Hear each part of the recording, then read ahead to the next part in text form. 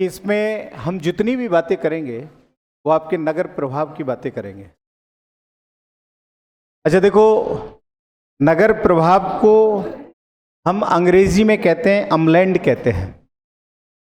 नगर प्रभाव को अंग्रेजी में आप क्या कहते हैं? अमलैंड कहते हैं। सुने मेरी बात को कि अमलैंड कहा जाता है। और इस शब्द का प्रयोग सर्वप्रथम, प्लीज डू नॉट गॉसिप, इस शब्द का प्रयोग सर्वप्रथम 1914 ईस्वी में आंद्रे एलिक्स नामक विद्वान ने किया। 1914 ईस्वी में किस विद्वान ने किया था? आंद्रे एलिक्स। पहला प्रश्न तो ये बनता है कि पहले विद्वान जिन्होंने आपके नगर प्रभाव क्षेत्र शब्द का प्रयोग किया वो कौन था? बताओ। आंद्रे एलिक्स। ओके। अच्छा, आंद्रे एलिक्स जो है वो जर्मन थे। कौन थे बताओ? जर्मन। ध्यान में रखना कि आंद्रे एलिक्स जो थे वो कौन थे? जर्मन थे। क्लियर? और इन्होंने अमलैंड शब्द का प्रयोग किया। किस शब्द का प्रयोग किया? अमलैंड। कई दिनों में किस शब्द का प्रयोग किया? अमलैंड। ये अमलैंड शब्द का प्रयोग किया किसने किया बताओ? आंद्रे एलिक्स। किसने किया बताओ? आंद्रे एलिक्स। ओके। अच्छा, अमलैंड शब्द जो है इन्होंने जर्मनी के आपके एक वेस्टफेलिया शहर है। कौन सा शहर है? वेस्टफेलिया। इस शहर के संदर्भ में इस शब्द का प्रयोग किया। 1937 ईस्वी में आपके अमलैंड शब्द का प्रयोग डी विटलिसी ने किया। किसने किया? डी विटलिस। 1949 ईस्वी में इस शब्द का प्रयोग डिकिंसन ने किया। किसने किया? डिकिंसन ने। अमलैंड शब्द का प्रयोग। ओके। और इसके बाद में पहले भारतीय आपके आर.एल. सिंह बने जिन्होंने 1955 ईस्वी में आपके अमलैंड शब्द का क्या किया? प्रयोग किया। ये बेसिक्स क्वेश्चंस आते हैं कि पहला विद्वान जिसने अमलैंड शब्द दिया वो आंद्रे एलिक्स था। कौन था? आंद्रे एलिक्स। ठीक है। और आंद्रे एलिक्स ने इस शब्द का प्रयोग कब किया? 1914 में। और जर्मनी के किस शहर के लिए किया? वेस्टफेलिया। ओके। अच्छा, दूसरा विद्वान 1937 में आपके कौन बना? डी विटलेसी। 1949 में कौन बना? डिकिंसन। और 1955 ईस्वी में कौन बना? आर.एल. सिंह, जिन्होंने नगर प्रभाव क्षेत्र शब्द का क्या किया? प्रयोग किया। ठीक है। अच्छा, इन विद्वानों ने यह बताया कि कोई भी शहर जो होता है, कोई भी शहर जो होता है उसके दो प्रभाव क्षेत्र होते हैं। किसी भी शहर के कितने प्रभाव क्षेत्र होते हैं? दो। एक तो उस शहर के समीप होता है, एक तो उस शहर के क्या होता है? समीप होता है। और जो शहर के समीप होता है उसे कहते हैं प्राथमिक प्रभाव क्षेत्र। कौन सा क्षेत्र कहते हैं? प्राथमिक प्रभाव क्षेत्र कहते हैं। ये प्राथमिक प्रभाव क्षेत्र कहते हैं जो बिल्कुल नगर के समीप होता है। इसके समीप होता है? नगर के। और एक इससे क्या होता है? दूर होता है, जिसको अपन कहते हैं गौण प्रभाव क्षेत्र। सुन रहे मेरी बात को? बताओ कौन सा प्रभाव क्षेत्र कहते हैं? गौण प्रभाव क्षेत्र। एक तो बिल्कुल नगर के समीप और एक नगर से क्या होता है? दूर होता है। ठीक है। अब प्रभाव क्षेत्र से तात्पर्य क्या है? What is the meaning of the umland zone? कि कोई भी जो शहर होता है ना इस दुनिया में, कोई सा भी शहर है, वो अपनी आवश्यकताओं की पूर्ति सबसे पहले अपने आसपास के इलाके से करता है। कोई भी शहर अपने आवश्यकताओं की पूर्ति दूर से करेगा कि आसपास से करेगा? जैसे फल चाहिए, सब्जी चाहिए, दूध चाहिए, बताओ कहाँ से पूर्ति करेगा? जब वो अपने आसपास के इलाके से अपनी आपूर्ति करने का काम करेगा, अपनी पूर्ति करने का काम करेगा, तो वो उस नगर का कौन सा क्षेत्र होगा? प्राथमिक प्रभाव क्षेत्र। बोलो होगा कि भाई इस नगर के आसपास रहने वाले जो लोग हैं या आसपास बसे जो गांव है वो लोग सब्जियां करेंगे, फल करेंगे, कोई भी और काम करेंगे, तो आसपास का जो है ना वो प्राथमिक प्रभाव क्षेत्र है। और जब वो अपनी बड़ी आवश्यकताओं की पूर्ति के लिए जब वो आगे बढ़ेगा तो वो फिर गौण प्रभाव क्षेत्र की ओर बढ़ता है, जहाँ पर औद्योगिक इकाइयाँ लगाई जाती। और अपने यहाँ पे राजस्थान में इनमें स्थिति विपरीत है कि शहर के आसपास उद्योग लगाते हैं, फिर कोई एरिया शहर के बिल्कुल टच में होते हैं। जबकि विदेशों में या कोई बड़े शहर हैं, अपने मुंबई वगैरह हैं, उनमें देख लो आप, जितने भी औद्योगिक इलाके हैं वो शहर से कहाँ है बताओ, दूर है। ठीक है, जितने भी औद्योगिक इलाके हैं उस शहर से क्या होते हैं बताओ, दूर होते हैं। ठीक है, और वहां से उन औद्योगिक इकाइयों से अपनी जो भी रहन सहन, कोई भी बड़ी वस्तुएं जो चाहिए वो गौण प्रभाव क्षेत्र से प्राप्त करते हैं। बोलो करते कि नहीं करते?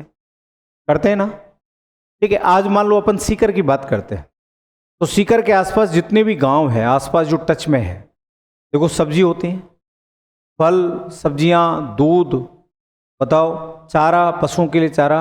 इस शहर को कोई भी खाद्यान्न है उसकी बताओ आसपास से पूर्ति हो रही कि नहीं हो रही है? लेकिन जब कोई भी भौतिक सुविधाएं चाहिए तो वो हम दूर सुदूरवर्ती भागों से, कोई सामान जयपुर से मंगवा रहे हैं, कोई कहाँ से मंगवा रहे हैं, दिल्ली से मंगवा रहे हैं, वो हम हमारे इस शहर का कौन सा प्रभाव क्षेत्र बताओ, गौण। बोलो है कि नहीं है?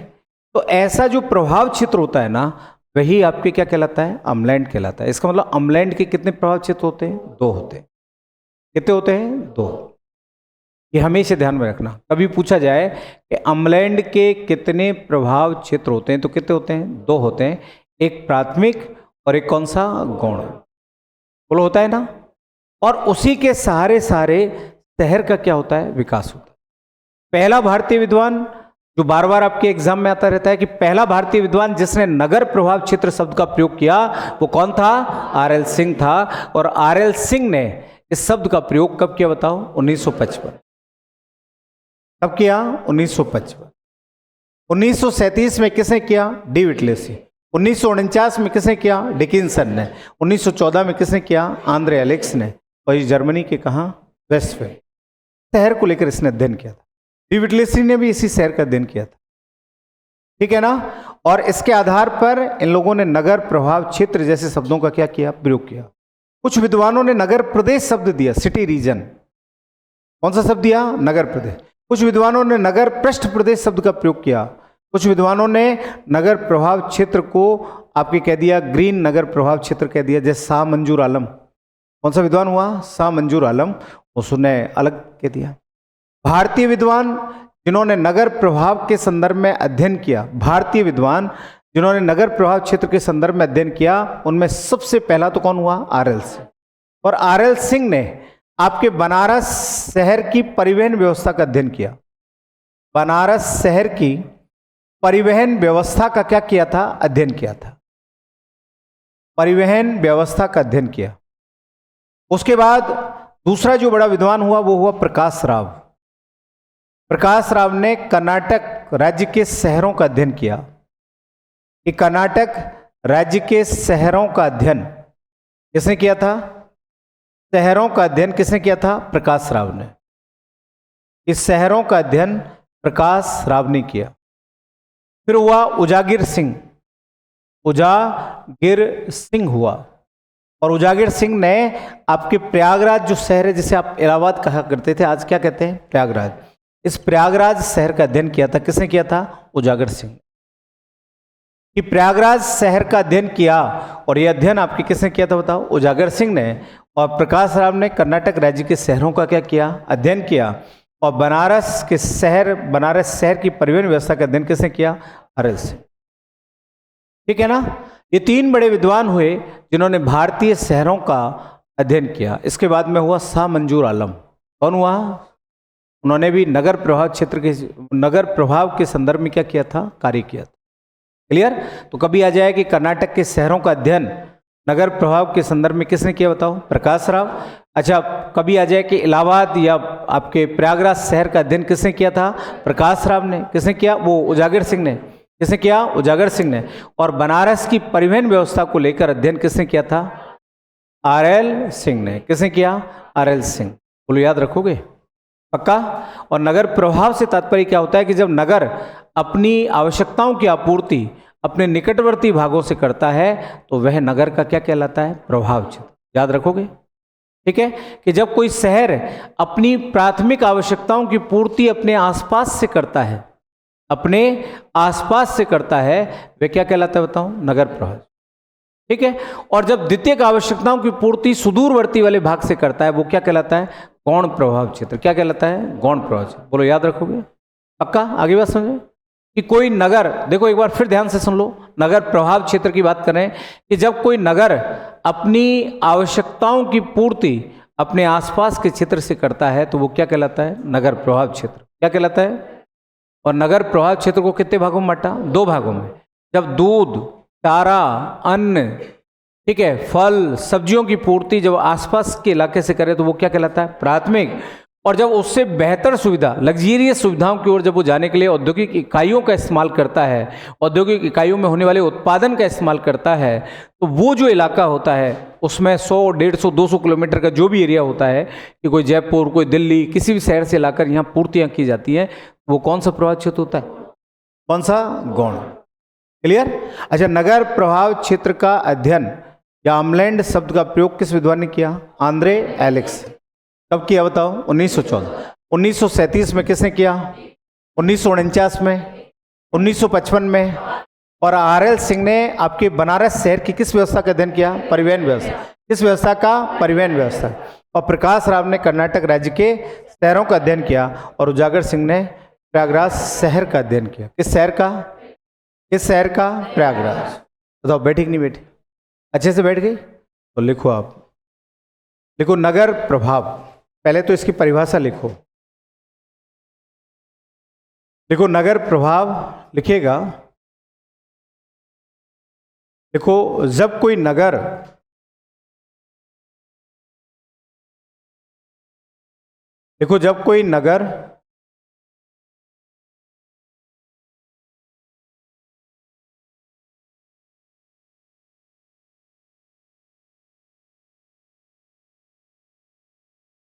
जब कोई नगर अपनी आवश्यकताओं की पूर्ति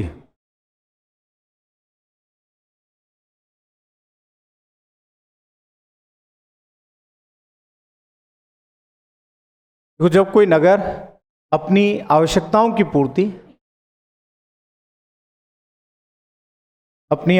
की पूर्ति अपने आसपास के इलाके से करता है,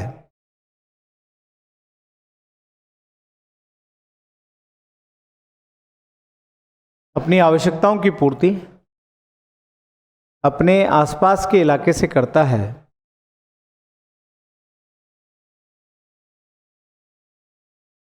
आसपास के इलाके से करता है, तो उसे नगर प्रभाव क्षेत्र कहा जाता है।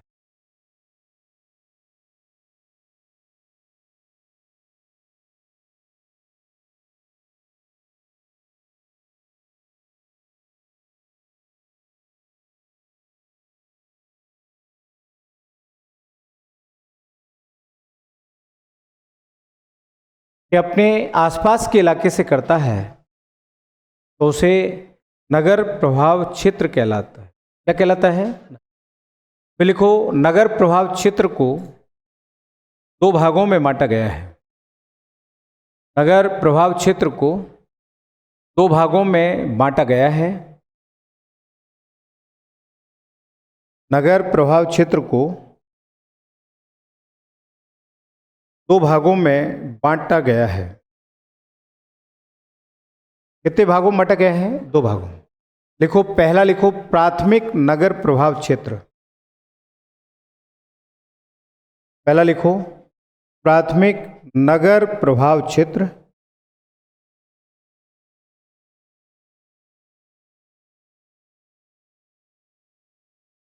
देखो, यह वह क्षेत्र होता है,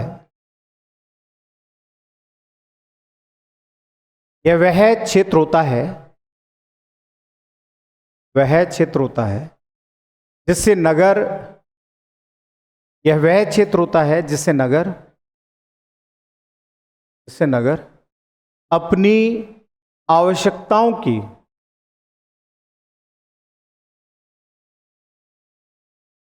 यह वह क्षेत्र होता है जिससे नगर अपनी आवश्यकताओं की पूर्ति प्रतिदिन करता है, या अपनी दैनिक आवश्यकताओं की क्या करता है? पूर्ति करता है। प्रतिदिन करता है, जैसे दूध, सब्जी, खाद्यान्न, चारा,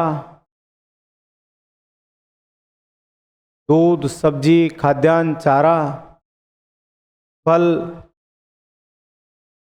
है ना। सब्जियों में हरी सब्जी लिख लेना, कहीं आप सब्जी वैसे मान लो, है कि नहीं। दूध, सब्जी, है ना। ऐसा हमको तो नहीं मिलती बनी बनाई, बनानी पड़ती हैं, तो वो हरी सब्जियां जो आती हैं, है कि नहीं है, तो उनकी क्या करता है, पूर्ति करता है। अच्छा, इसका एक दायरा होता है, ये कम से कम नगर के आसपास का 8-10 किलोमीटर का क्षेत्र होता है। कितने किलोमीटर का? 8। और उसके बाहर का जो क्षेत्र होता है, जो सुदूरवर्ती होता है, वो कौन सा होता है? गौण। तो लिख दो, देखो प्राथमिक गौण प्रभाव क्षेत्र, हाँ इसी में लिख दो, इसी में लिख दो अलग से। देखो प्राथमिक गौण प्रभाव क्षेत्र,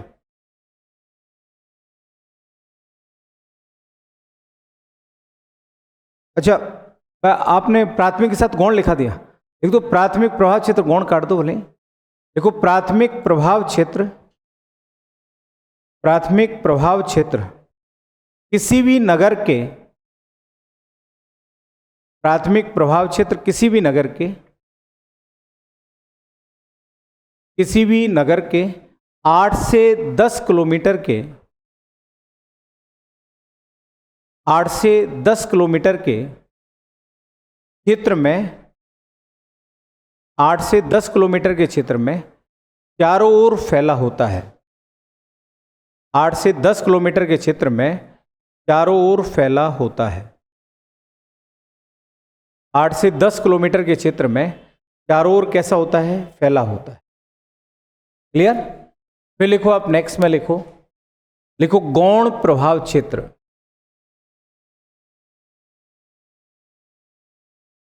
गौण प्रभाव क्षेत्र, ठीक है। देखो यह एक सुदूरवर्ती क्षेत्र होता है,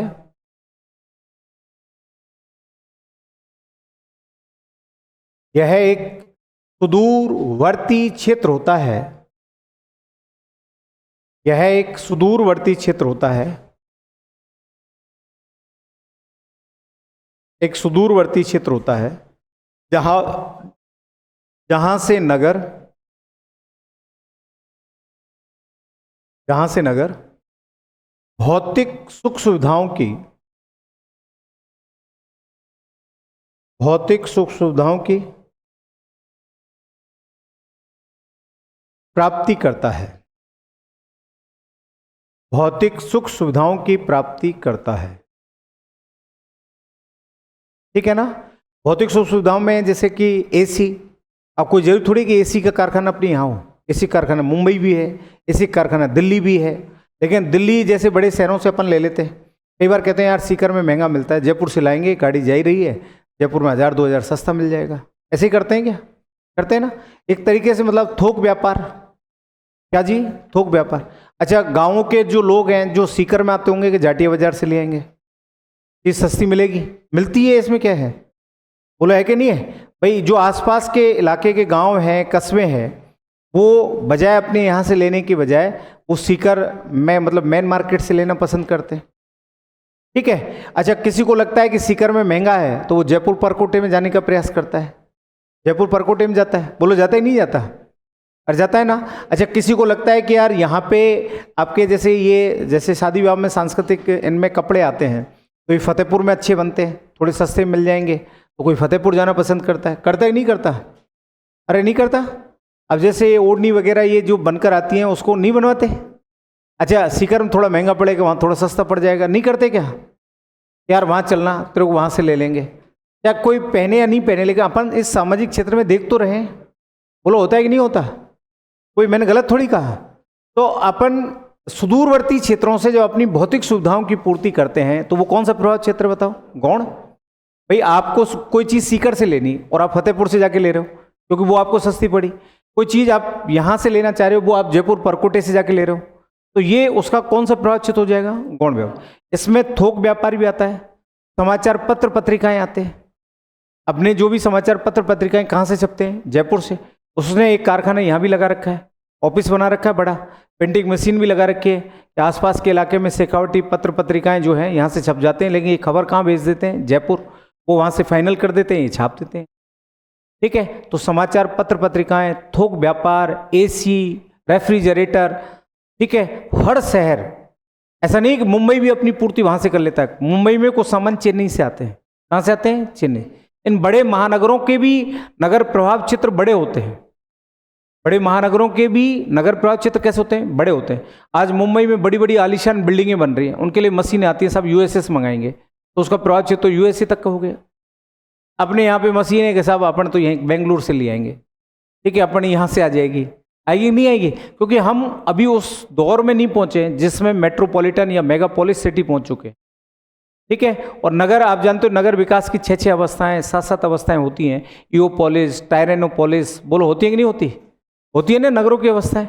और कहते हैं मेगालोपोलिस, ऐसे नगर विकास की अवस्थाएं होती है। तो जो बड़ा नगर होगा वो उसका नगर प्रभाव क्षेत्र ज्यादा बड़ा होगा, जो छोटा नगर होगा उसका नगर प्रभाव क्षेत्र क्या होगा? कम होगा, दायरा भी छोटा होगा। बोलो होता ही नहीं होता है? अच्छा, कई बार कई लोग सीकर आते हैं, और यार यहाँ तो हर चीज़ महंगी है, मेरे गांव में, मेरे कस्बे में तो बहुत सस्ती, नवलगढ़ में यूँ ही मिल जाएगी, है कि नहीं? होता ही नहीं होता? लगा लेते हैं हम हिसाब किताब, पलसाना में यूँ मिल जाएगी। तो इसका मतलब जो जितना बड़ा शहर है उसका प्रभाव क्षेत्र उतना ही क्या होता है, बताओ? ज़्यादा होता है, ठीक है। अब सीकर में काफ़ी एनलार्जमेंट पे कितनी बड़ी बड़ी मॉल बन रहे हैं, बिल्डिंगें बन रही हैं, आवासीय क्षेत्र बन रहे हैं, हॉस्टल बना रहे हैं, लोग बना रहे हैं, तो अपनी आवश्यकताओं की पूर्ति के लिए दिल्ली और जयपुर से सामान मंगा रहे हैं। बोलो मंगा रहे हैं कि नहीं बना है? अच्छा, किसी जमाने में ऐसा होगा कि सब जयपुर से पूर्ति कर रहे हैं, अब तो दिल्ली, बेंगलुरु, कराची तक, रांची वाची, कराची तो नहीं है ना, रांची तक से भी सामान मंगा रहे हैं, ठीक है ना। वहाँ तो क्या अपने लिए संभावना ही नहीं है, और वहाँ से क्या मंगाए? वो तो खुद ही अपन से मंगाने के चक्कर में बैठे नहीं है। तो ऐसे है। लिखो, गौण प्रभाव क्षेत्र में कि भौतिक सुख सुविधाओं की क्या की जाती है? प्राप्ति करते हैं, है ना। चलो इसके अंतर्गत लिख दो, इसी में लिख दो, इसके अंतर्गत थोक व्यापार, इसके अंतर्गत थोक व्यापार, समाचार पत्र पत्रिकाएं, गौण प्रभाव क्षेत्र में है ना। थोक व्यापार, समाचार पत्र पत्रिकाएं, उच्च शिक्षा जैसे यूनिवर्सिटीज वगैरह, अब तो खैर अपने यहाँ बन गई, नहीं तो पहले जयपुर जाते थे सब, राजस्थान यूनिवर्सिटी। वो जाते कि नहीं जाते? कोई आपके बीकानेर जाता नहीं है, गंगा सिंह में जाता। अब लिखो उच्च शिक्षा, चिकित्सा सुविधाएं, आज भी लोग एसएमएस जाना पसंद करते हैं, फोर्टिज हॉस्पिटल जाना पसंद करते हैं, बोलो है कि नहीं है? चिकित्सा सुविधाएं, ठीक है। बस, रेल एवं वायु परिवहन सुविधाएं, बस, रेल एवं वायु परिवहन सुविधाएं, बस, रेल एवं वायु परिवहन सुविधाएं, ठीक है। प्रशासनिक कार्य, बस, रेल एवं वायु परिवहन सुविधाएं, प्रशासनिक कार्य, है ना। जो ऐसे कोई बड़ा काम पड़ जाए, जब सीएमओ लेवल पे होगा, तो आप चेक कितनी आईजी या संभागीय मुख्यालय बना लो, जाना तो वहीं पड़ेगा। तो जी है कि नहीं है? बोलो है क्या कि साहब ये तो सीएमओ में ही होगी सुनवाई, ये तो राजस्थान हाई कोर्ट में ही होगी, तो जयपुर जोधपुर ही जाना पड़ता है। बोलो है कि नहीं? तो ये सब आपके कौन से प्रभाव क्षेत्र में आते हैं? गौण प्रभाव क्षेत्र। पहले तो ये बना लो छोटा सा, नगर, प्राथमिक प्रभाव क्षेत्र और गौण प्रभाव क्षेत्र, ये डायग्राम बना लो।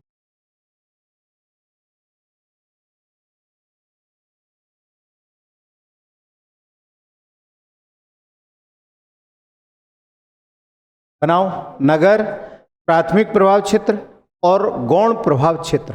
बना लिया ये डायग्राम?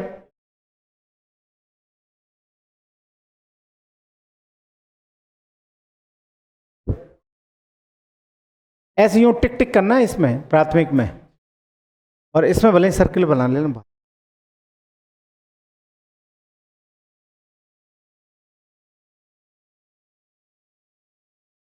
हाँ, प्राथमिक प्रभाव क्षेत्र तो आर्डर टेढ़ा ही रहता है, ऐसा पूरा नहीं होता है।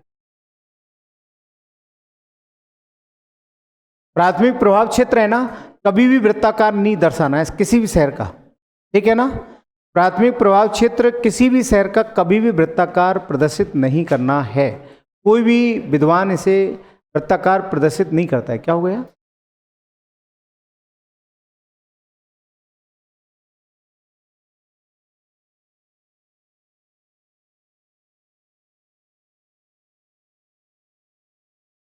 क्या पंखे चलाएं? Exhaust fan? तो अच्छा हाँ, इनको लगा लो। चलो ये बना लिया। और गौण प्रभाव क्षेत्र कैसा होता है? वृत्ताकार होता है। गौण प्रभाव क्षेत्र कैसा? वृत्ताकार। दर्शा लिया क्या? चलो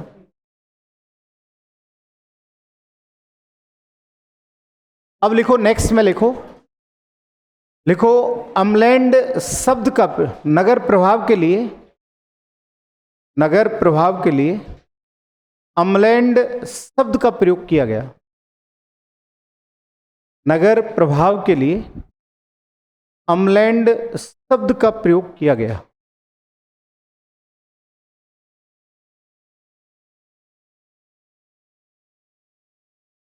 नगर प्रभाव के लिए अम्लैंड शब्द का प्रयोग किया गया।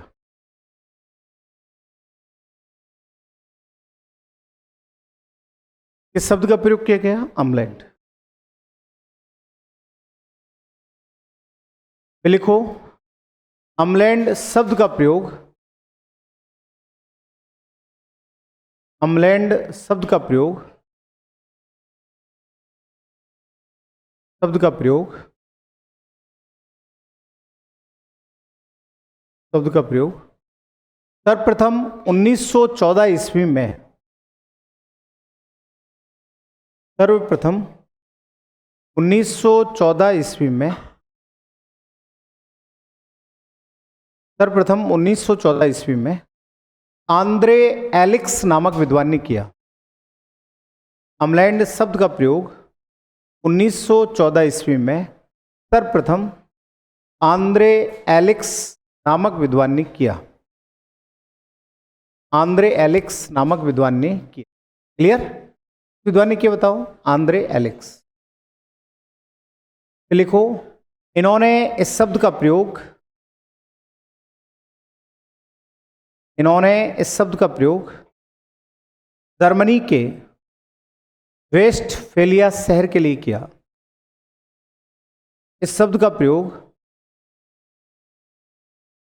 जर्मनी के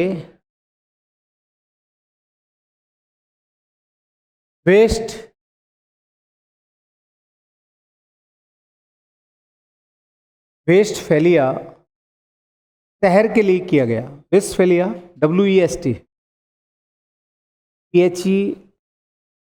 PHELIA, वेस्टफेलिया शहर के लिए किया। किस शहर के लिए किया बताओ? वेस्टफेलिया। फिर लिखो 1937 ईस्वी में, 1937 ईस्वी में, 37 ईस्वी में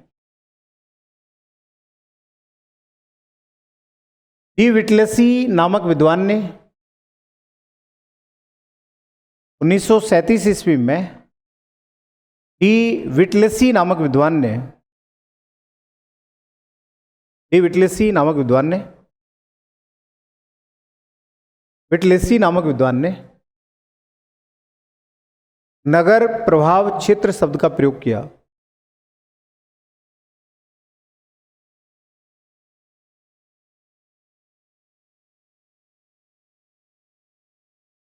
उन्नीस सौ 49 ईस्वी में, 1949 ईस्वी में डिकिंसन नामक विद्वान ने, 1949 ईस्वी में डिकिंसन नामक विद्वान ने, डिकिंसन नामक विद्वान ने, डिकिंसन नामक विद्वान ने नगर प्रभाव क्षेत्र शब्द का प्रयोग किया। नगर प्रभाव क्षेत्र शब्द का प्रयोग किया।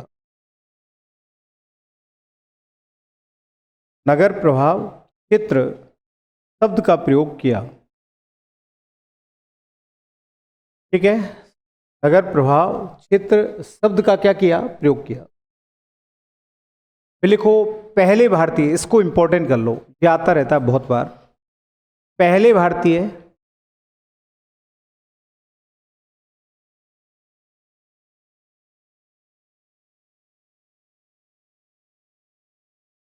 पहले भारतीय जिन्होंने नगर प्रभाव क्षेत्र शब्द का प्रयोग किया।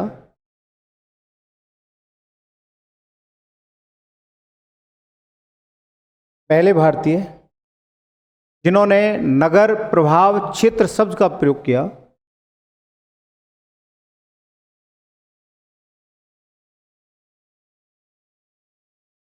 वे आरएल सिंह थे। नगर प्रभाव क्षेत्र शब्द का प्रयोग किया, वे आरएल सिंह थे। वे कौन थे? आरएल सिंह। ठीक है ना, आरएल सिंह थे जिन्होंने 1955 ईस्वी में 1955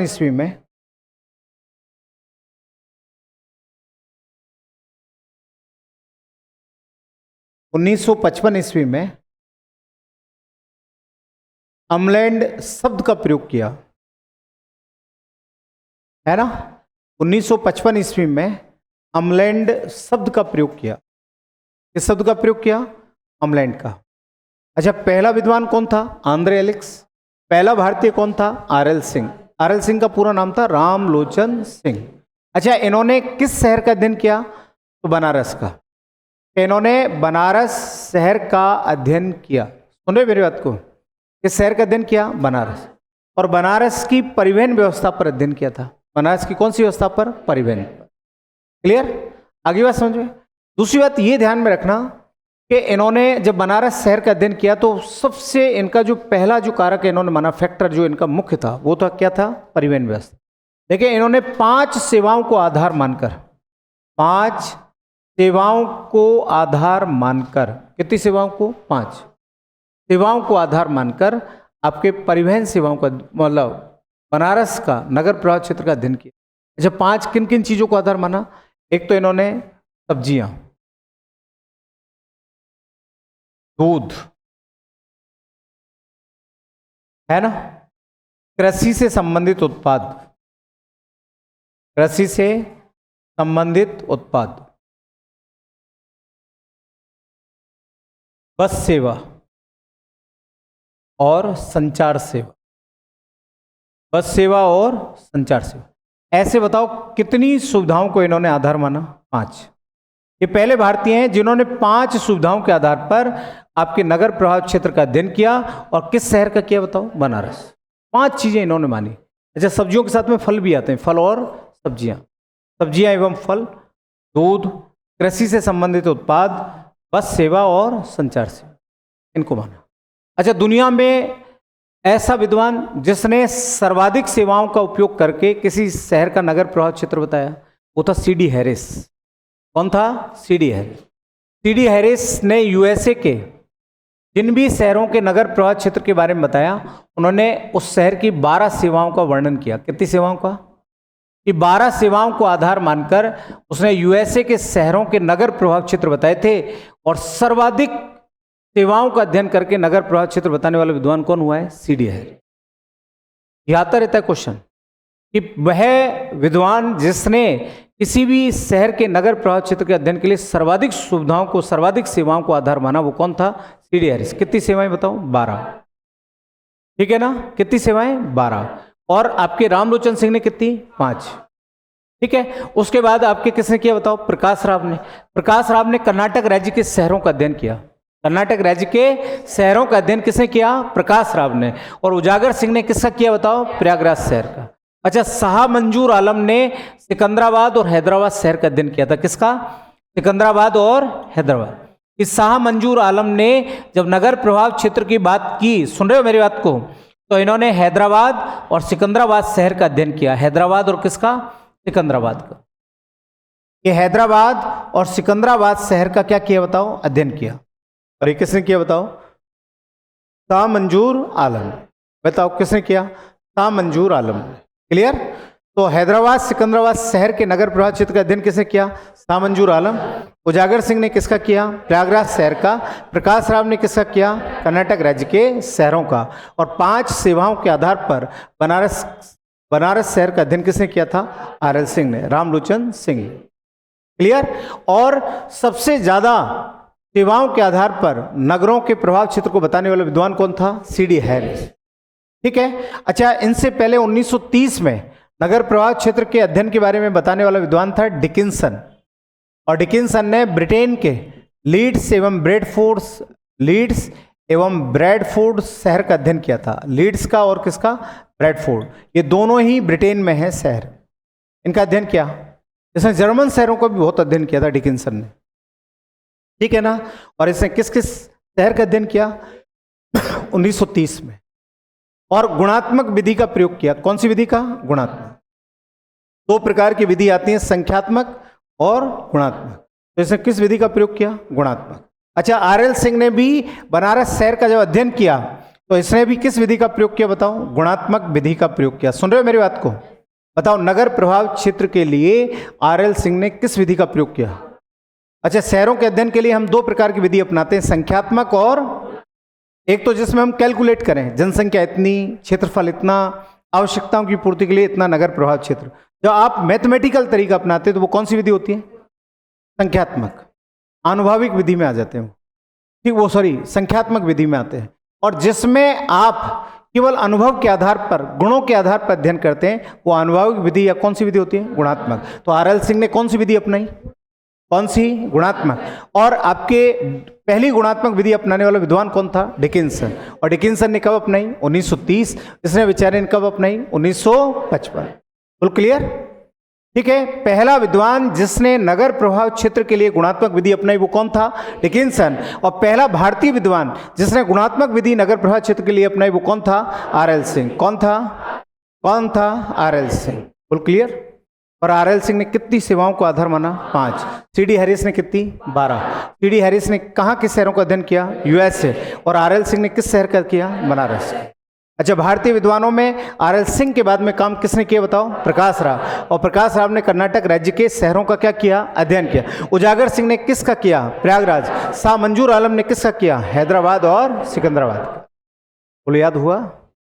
पक्का? तो लिखो आप। लिखो, आरएल सिंह ने बनारस शहर के, आरएल सिंह ने बनारस शहर के,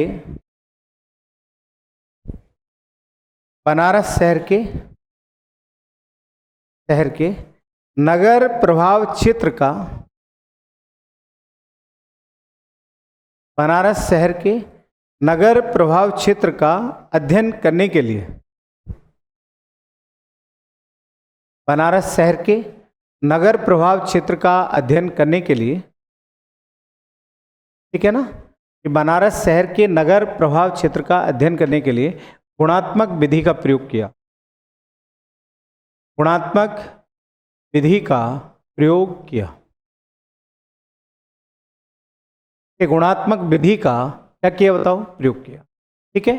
और लिखो, इसने 5 सेवाओं को आधार माना।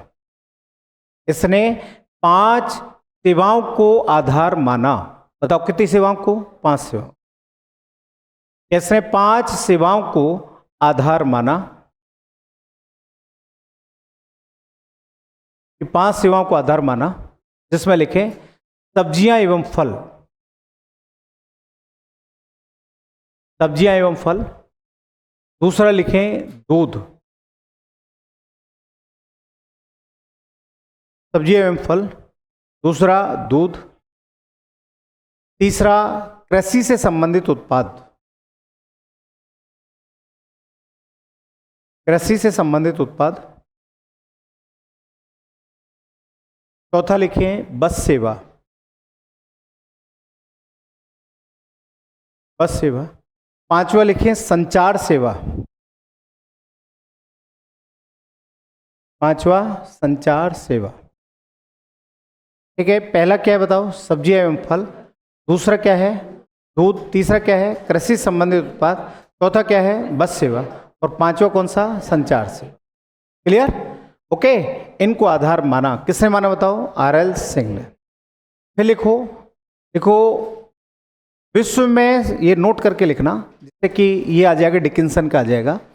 देखो, विश्व में सर्वप्रथम, है ना, नोट करके लिखना है कि विश्व में सर्वप्रथम, सर्वप्रथम नगर प्रभाव क्षेत्र, नगर प्रभाव क्षेत्र क्षेत्र के अध्ययन के लिए, नगर प्रभाव क्षेत्र के अध्ययन के लिए गुणात्मक विधि का प्रयोग, नगर प्रभाव क्षेत्र के अध्ययन के लिए गुणात्मक विधि का प्रयोग, गुणात्मक विधि का प्रयोग 1930 ईस्वी में, 1930 ईस्वी में, अच्छा डिकिंसन का पूरा नाम था R.L. Dickinson, R.L. डिकिंसन, और ये था R.L. सिंह, ठीक है, ओके। तो लिखो 1930 ईस्वी में डिकिंसन नामक विद्वान ने नगर प्रवाह क्षेत्र के अध्ययन के लिए गुणात्मक विधि का प्रयोग, गुणात्मक विधि का प्रयोग डिकिंसन नामक विद्वान ने,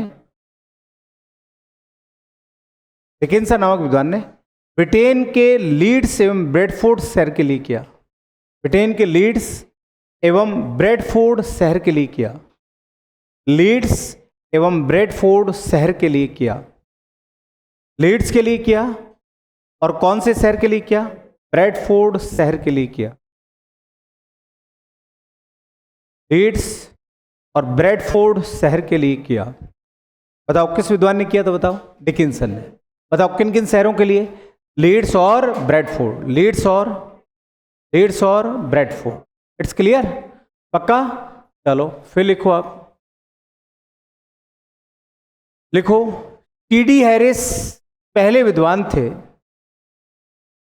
देखो इसी नोट्स में लिख देना नंबर 2 करके कि C.D. हैरिस पहले विद्वान थे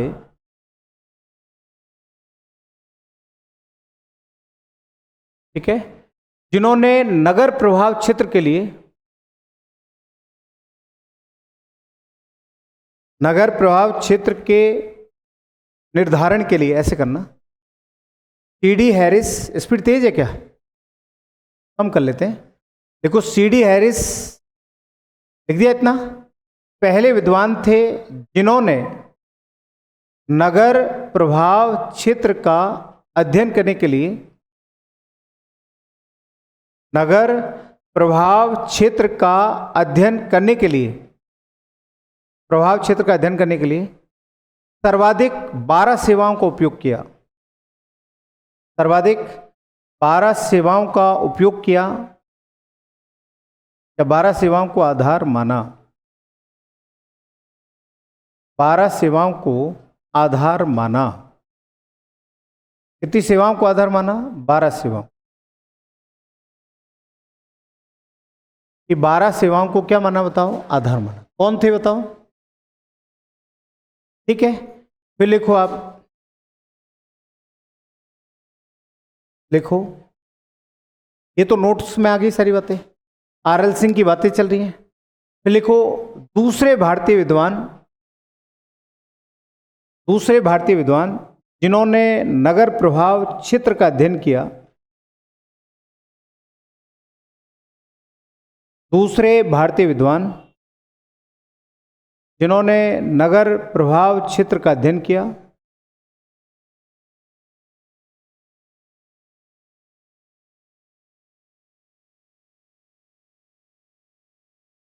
जिन्होंने नगर प्रभाव क्षेत्र का अध्ययन किया,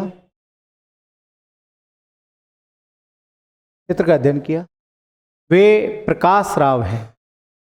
कौन है बताओ? प्रकाश राव। वे लिख दो या यूं कह दो प्रकाश राव हैं, ऐसे लिख दो, ठीक है ना? बोलो है कि नहीं है? R.L. सिंह के बाद में प्रकाश राव, फिर उजागर सिंह, और फिर आपके कौन हो गए थे? शाह मंजूर वाला। ये 4 भारतीयों ने ज़्यादा काम किया। फिर इसके बाद में V.L.S. राव वगैरह हुए, उन्होंने भी काम किया था, थोड़ा थोड़ा काम किया, लेकिन ज़्यादा नहीं किया, ठीक है ना? ओके, कौन थे बताओ? प्रकाश राव। फिर लिखो प्रकाश राव ने कर्नाटक के शहरों के नगर प्रभाव क्षेत्र का अध्ययन किया था। प्रकाश राव ने कर्नाटक के शहरों के नगर प्रभाव क्षेत्र का अध्ययन किया था।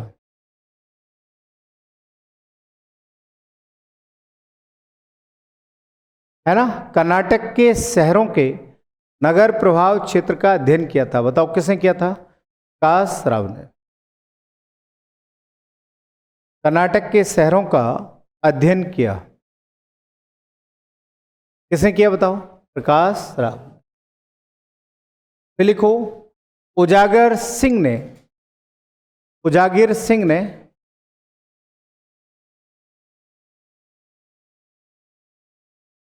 उजागिर सिंह ने, सुन रहे हो क्या? किसने बताओ? उजागिर सिंह ने प्रयागराज शहर के या इलाहाबाद शहर के, उजागिर सिंह ने प्रयागराज शहर या इलाहाबाद शहर के नगर प्रभाव क्षेत्र का अध्ययन किया। नगर प्रभाव क्षेत्र का अध्ययन किया।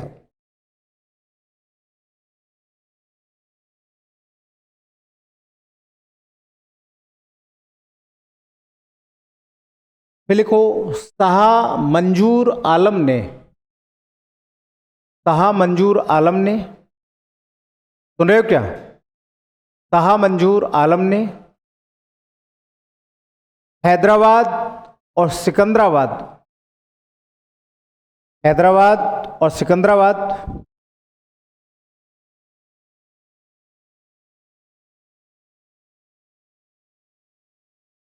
हैदराबाद और सिकंदराबाद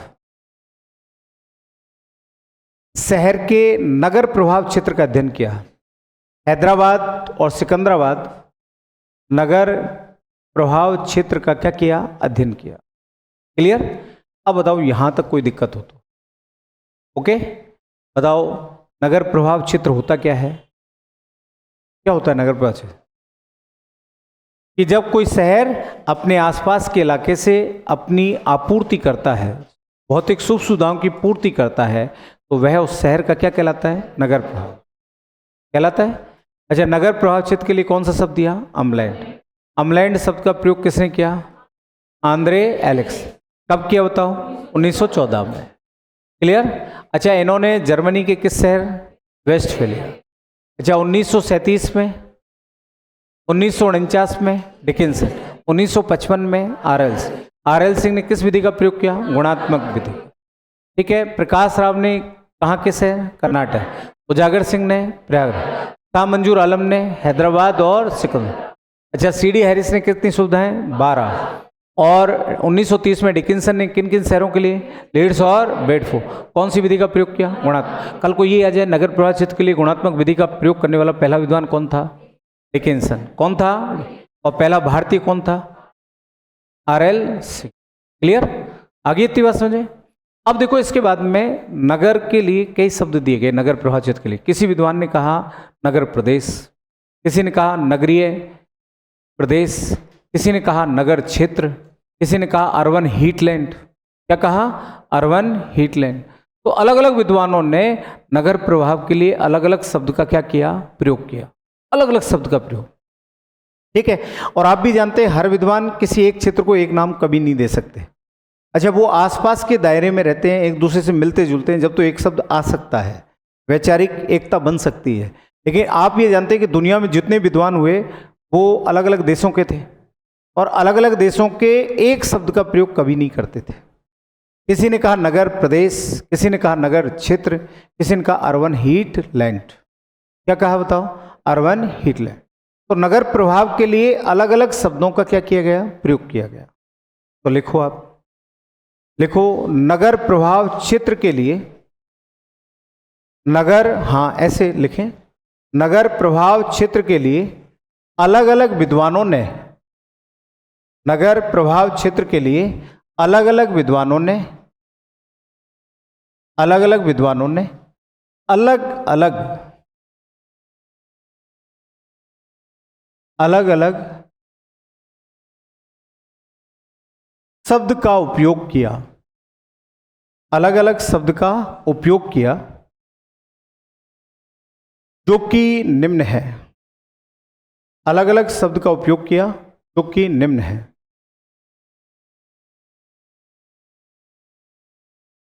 ठीक है, का प्रयोग किया जो कि निम्न है। पहला लिखो नगर प्रदेश। किसी ने नगर प्रदेश भी कहा, लिखो नगर प्रदेश लिखो। नगर प्रदेश। अच्छा, नगर प्रदेश को आप अंग्रेजी में लिखते हैं सिटी रीजन्स, सिटी रीजन।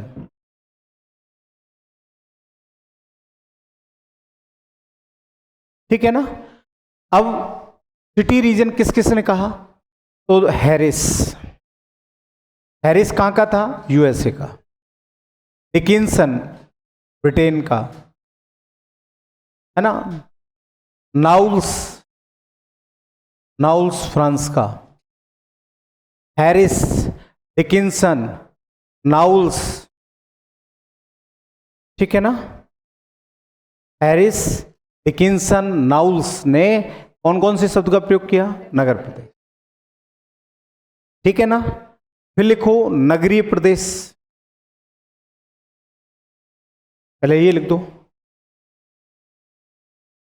एक वो पीटर हैगेट भी लिख देना, पीटर हैगेट। टॉले हैगेट नहीं थे जिन्होंने प्रतिमान शब्द का प्रयोग किया था? किया ना। हैगेट, मॉडल्स इन ज्योग्राफी, इन्होंने ही तो दिए थे मॉडल्स की बातें। किसने की थी? हैगेट ने और चॉर्ले ने, ये थे ना। ये भी यूएसए के थे, अमेरिकन थे। लिख दिए। बताओ नगर प्रदेश शब्द का प्रयोग किस किस विद्वान ने किया? हैरिस, डिकिंसन, नाउल्स और पीटर हैगेट। अब लिखो नेक्स्ट में, लिखो नगरीय प्रदेश,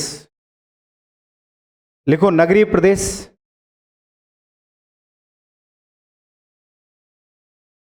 नगरीय प्रदेश कहो या नगरीय क्षेत्र, इसको नगरीय क्षेत्र भी कहते हैं।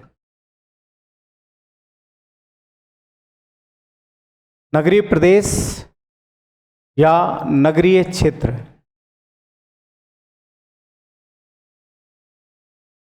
इसको कहते हैं सिटी एरिया, है ना। क्या कहते हैं? City area. ये तो नगर प्रदेश है और यहां पर नगरीय प्रदेश, अर्बन एरिया कह देते हैं अंग्रेजी में। और क्या कह देते हैं? Urban area, city area. अब ये रीजन नहीं है, ये क्या है? एरिया। अच्छा, इस शब्द का प्रयोग किया था गिलबर्ट ने, स्मेल्स ने, स्मेल्स, बीएलएस राव ने, बीएलएस राव, है ना। Gilbert, smells, BLS Rao.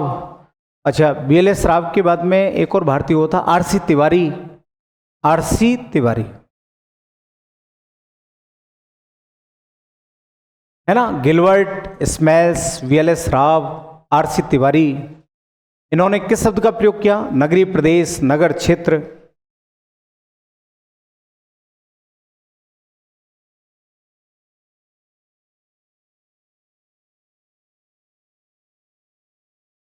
चलो लिख दिया। इन्होंने नगर प्रभाव के लिए कौन कौन शब्द दिए बताओ? नगरीय प्रदेश और नगरीय क्षेत्र। Gilbert, smells, BLS Rao, RC Tiwari. इनके क्वेश्चन आते हैं, आप हल करोगे जब आपको मिलेगा। और आएगा सुमेलित कीजिएगा, सुमेलित नहीं है, ठीक है। इंडियंस नेम भी आते हैं और फॉरेनर्स भी आते हैं। अब लिखो तीसरा शब्द उपयोग में लिया, अर्बन हीटलैंड, अर्बन हीटलैंड,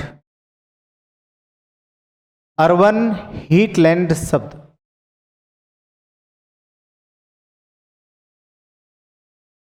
ठीक है। अच्छा, अर्बन हीटलैंड जो शब्द है ना, इसका प्रयोग किया शाह मंजूर आलम, मंजूर आलम, मंजूर आलम भारतीय थे। नील्स मॉर्गन, नील्स मॉर्गन और एचएफ ग्रीन, एचएफ ग्रीन, ये तीन विद्वान हैं जिन्होंने अर्बन हीटलैंड शब्द का प्रयोग किया। शाह मंजूर आलम, नील्स मॉर्गन और एचएफ ग्रीन, एचएफ ग्रीन।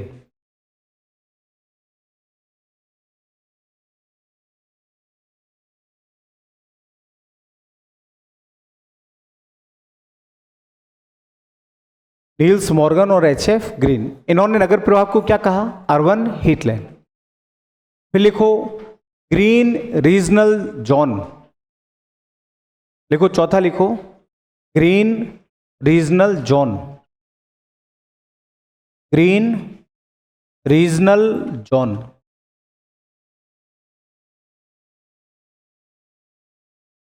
अच्छा, ग्रीन रीजनल जोन जो शब्द है ना, इसका प्रयोग आरएम नॉर्दन ने किया। RM northern. क्या कह रहे हो, क्या कह रहे हो? अच्छा ये दिखता नहीं है क्या? कौन सा नहीं दिख रहा? ये दिखता नहीं?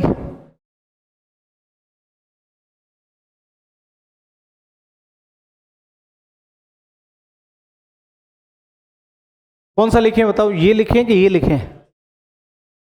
ये लिख दें? अच्छा ये लिख देता हूं मैं। लिखो green regional zone, regional zone number 4, ठीक है ना? इसके लिखें RM northern, RM northern, RM northern, है ना? किस शब्द का प्रयोग किया बताओ? ग्रीन रीजनल जोन का। बताओ किसने किया बताओ? RM northern. अब बताओ नगर प्रभाव क्षेत्र के लिए नगर प्रदेश शब्द का प्रयोग किस किस विद्वान ने किया? हैरिस, डिकिंसन, नाउल्स, पीटर है। अच्छा नगरीय प्रदेश शब्द या नगरीय क्षेत्र किस किसने दिया? गिलवर्ट, स्मेल्स, VLS राव और RC तिवारी। अच्छा अर्बन हीटलैंड किसने दिया? शाह मंजूर आलम, नील्स मॉर्गन, HF ग्रीन। और ग्रीन रीजनल जोन किसने दिया? RM northern. किसने दिया? RM northern. अच्छा सबसे पहले अम्लैंड शब्द का प्रयोग 1914 में किसने किया? अच्छा जर्मनी के किस शहर के लिए? वैसे 1937 में किसने किया बताओ? 1949 में किसने किया? 1955 में RL सिंह ने किस विधि का प्रयोग किया? कितनी सेवाओं को आधार माना? और CD हैरिस ने 12। और गुणात्मक विधि का सर्वप्रथम प्रयोग 1930 में किसने किया? डिकिंसन ने। किसने? डिकिंसन। क्लियर? अच्छा इन्होंने किस शहर का अध्ययन किया? बनारस। किस शहर का? कितनी सेवाएं आधार मानी? 5। और CD हैरिस ने किन शहरों के लिए? USA के शहर, चाहे सैन फ्रांसिस्को, चाहे न्यूयॉर्क है, मतलब USA के जितने भी शहर हैं सबका अध्ययन किया था उसने। अच्छा आपके कर्नाटक राज्य के शहरों का अध्ययन किसने किया? अच्छा प्रयागराज शहर का, हैदराबाद सिकंदराबाद का, शाह मंजूर आलम। बोला है कि नहीं है? अच्छा नगर प्रभाव क्षेत्र कितने होते हैं? 2, प्राथमिक और गौण। अच्छा सुदूरवर्ती जब सुख सुविधाओं के लिए, भौतिक सुख सुविधाओं के लिए जब सुदूरवर्ती क्षेत्र का उपयोग होता है वो क्या कहलाता है? गौण। और प्राथमिक आवश्यकताओं के लिए जो होता है वो क्या कहलाता है? प्राथमिक। क्या कहलाता है? प्राथमिक। It's clear? पक्का? और भाई ठीक है ना? तो ये चीज आपको ध्यान में रखनी है। ओके अब लिखो नगर प्रभाव क्षेत्र के लिए, नगर प्रभाव क्षेत्र के लिए क्या कह रहे हो? हाँ नहीं हेडिंग नहीं, वैसे पहले तो ऐसे लिखो कि नगर प्रभाव क्षेत्र के लिए 2 प्रकार के सिद्धांतों का, नगर प्रभाव क्षेत्र के लिए 2 प्रकार के सिद्धांतों का, 2 प्रकार के सिद्धांतों का विकास हुआ। 2 प्रकार के सिद्धांतों का विकास हुआ जो कि निम्न है। 2 प्रकार के सिद्धांतों का विकास हुआ जो कि निम्न है। नंबर 1 लिखो सांस्कृतिक सिद्धांत।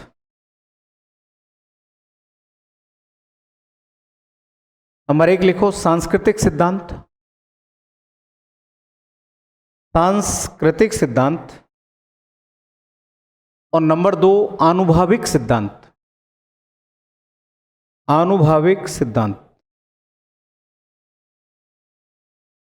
ठीक है आनुभाविक सिद्धांत। कितने प्रकार के सिद्धांत का उपयोग हुआ? 2 प्रकार के। 2 प्रकार के सिद्धांतों का उपयोग किया गया नगर प्रभाव क्षेत्र के अध्ययन के लिए। एक तो कौन से सिद्धांत बताओ? सांस्कृतिक सिद्धांत। और दूसरे कौन से? आनुभाविक सिद्धांत। ये सांस्कृतिक सिद्धांत होते हैं और एक कौन से होते हैं बताओ? आनुभाविक सिद्धांत। तो बताओ नगर प्रभाव क्षेत्र के लिए कितने सिद्धांतों का उपयोग किया गया? 2। अच्छा सांस्कृतिक जो सिद्धांत होते हैं ना वो गणितीय विधि पर आधारित होते हैं। कौन सी विधि पर? गणितीय। और आनुभाविक जो सिद्धांत होते हैं वो केवल गुणात्मक पहलुओं पर आधारित होते हैं। किस पर आधारित होते हैं? गुणात्मक पहलुओं पर। यह हमेशा ध्यान में रखना, ठीक है ना? बताओ सांस्कृतिक सिद्धांत किस पर आधारित होते हैं? गणितीय विधि पर। और आनुभाविक सिद्धांत किस पर आधारित होते हैं? गुणात्मक पहलुओं पर। बताओ नगर प्रवाह क्षेत्र के लिए कितने सिद्धांतों का प्रयोग किया गया? 2। कितने?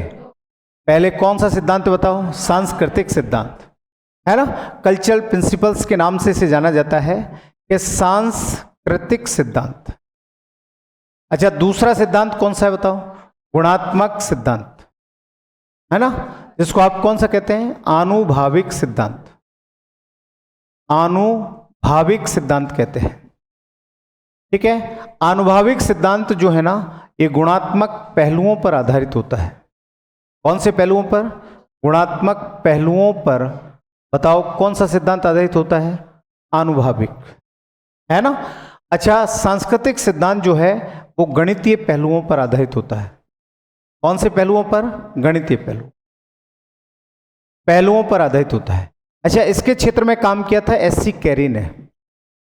इस पर काम किया था रॉयली नामक विद्वान ने। किस विद्वान ने किया था? रॉयली। इस पर काम किया था पीडी कन्वर्ट्स ने। किस विद्वान ने काम किया था? पीडी कन्वर्ट्स ने। इन 3 विद्वानों ने काम किया, SC carry, royally, PD converts. और गुणात्मक पहलुओं पर जो काम किया था वो किया था डिकिंसन ने।